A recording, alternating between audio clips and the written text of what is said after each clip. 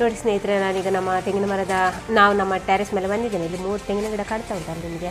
ಇದನ್ನು ನೋಡಿ ಯಾವ ರೀತಿ ನಾವು ತೆಂಗಿನಕಾಯಿ ಕೊಯ್ತೇವೆ ಅಂತ ನೋಡಿ. ನಮಗೆ ಇದು ಕೊಯ್ಲಿಕ್ಕೆ ಜನ ಬೇಕು ಅಂತೇನಿಲ್ಲ, ಟೆರೆಸ್ ಮೇಲೆ ಬಂದರೆ ಸಾಕು, ಕೊಕ್ಕೆಲ್ಲ ಎಳ್ದಾಕ್ಲಿಕ್ಕೆ ಆಗ್ತದೆ.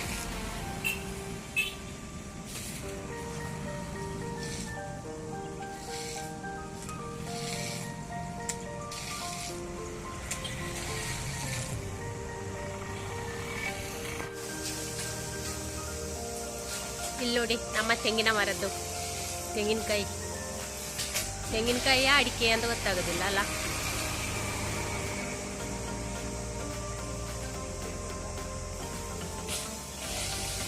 ಎಲ್ಲ ತೆಗಿರಿ ಬೆಳೆದಿದೆ ಅಲ್ಲ. ಒಂದು ನಿಮಿಷ ರೀ.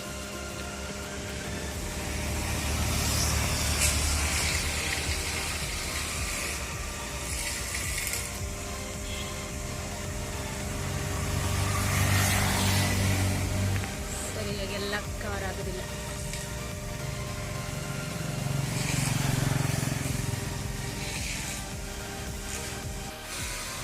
ನೋಡಿ ಕಾಯಿ ಕೊಯ್ದೆಲ್ಲ ಆಯಿತು, ಗೋಣಿಗೆ ತುಂಬಿಸ್ತಾ ಇದ್ದೇವೆ. ಹೇಗೆ ಬಿದ್ದಿದೆ ನೋಡಿ, ಅಡಿಕೆ ಬಿದ್ದಾಗೆ ಬಿದ್ದಿದೆ ತೆಂಗಿನಕಾಯಿ. ಆ ರೀತಿಯಲ್ಲಿ ಉಂಟು ನೋಡಿ, ಚಿಕ್ಕದು ಮಾತ್ರ. ಸಿಪ್ಪೆ ತೆಳ್ಳಗೆ, ತೆಂಗಿನಕಾಯಿ ಎಷ್ಟುಂಟು ಅಷ್ಟೇ ಅದರ ಒಳಗೆ ಕೂಡ ಉಂಟು. ಇದರ ತೆಂಗಿನಕಾಯಿ ಸಹ ಅಷ್ಟೇ ತುಂಬ ಸಿಹಿ ಇರ್ತದೆ, ನೀರು ಸಹ ಅಷ್ಟೇ ಸಿಹಿ ಇರ್ತದೆ. ಹಾಗೆ ತಿನ್ನಲಿಕ್ಕೆ ಒಳ್ಳೆಯದಾಗ್ತದೆ ಇದು.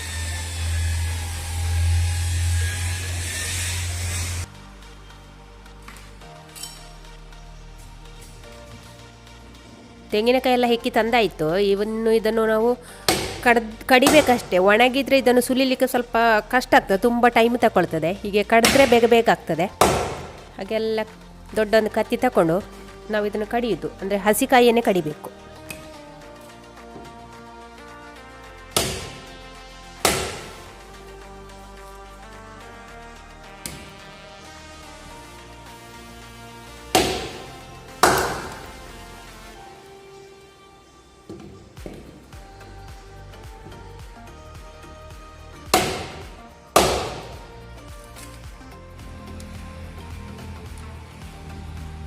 ಇನ್ನು ನೋಡಿ ತೆಂಗಿನಕಾಯಿನೆಲ್ಲ ಒಣಗಿಸಿ 1-2 ಬಿಸಿಲಿಗೆ ಒಣಗಿದೆ.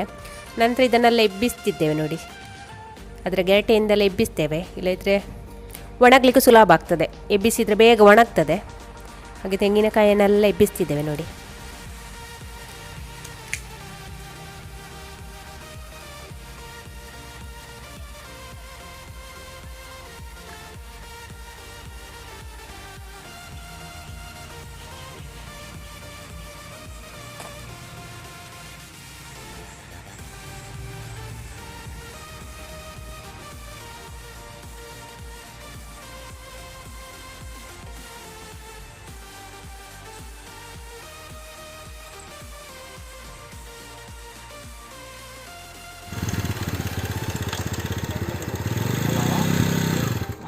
ಇಲ್ಲಿ ಇವಾಗ ಸಣ್ಣ ಮಗನಿಗೆ ದೊಡ್ಡ ಮಗ ಬೈಕ್ ಕಲಿಸ್ತಾ ಇದ್ದಾನೆ.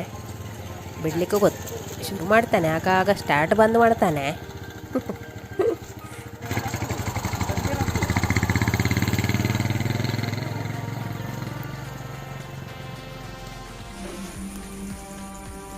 ಇದು ನೋಡಿ ಸ್ನೇಹಿತರೆ, ನಮ್ಮ ಬಸಳೆ ಸಪ್ಪರ ಟೆರೆಸ್ ಮೇಲೆ ನೆಟ್ಟದ್ದು ನೋಡಿ.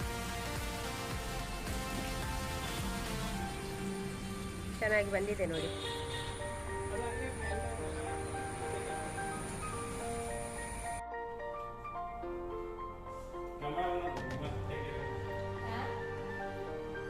ಊಟದ ಟೈಮ್ ಆಯಿತು ಸ್ನೇಹಿತರೆ. ರಾತ್ರಿ ಊಟ ಮಾಡ್ತಾ ಇದ್ದೇವೆ.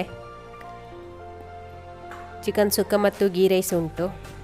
ಹಾಗೆ ನಮ್ಮ ಮನೆಯವರು ಪ್ಯೂರು ವೆಜಿಟೇರಿಯನ್. ಹಾಗೆ ಬೆಂಡೆ ಪಲ್ಯ, ತಿಳಿಸಾರು ಮತ್ತು ಹಪ್ಪಳ.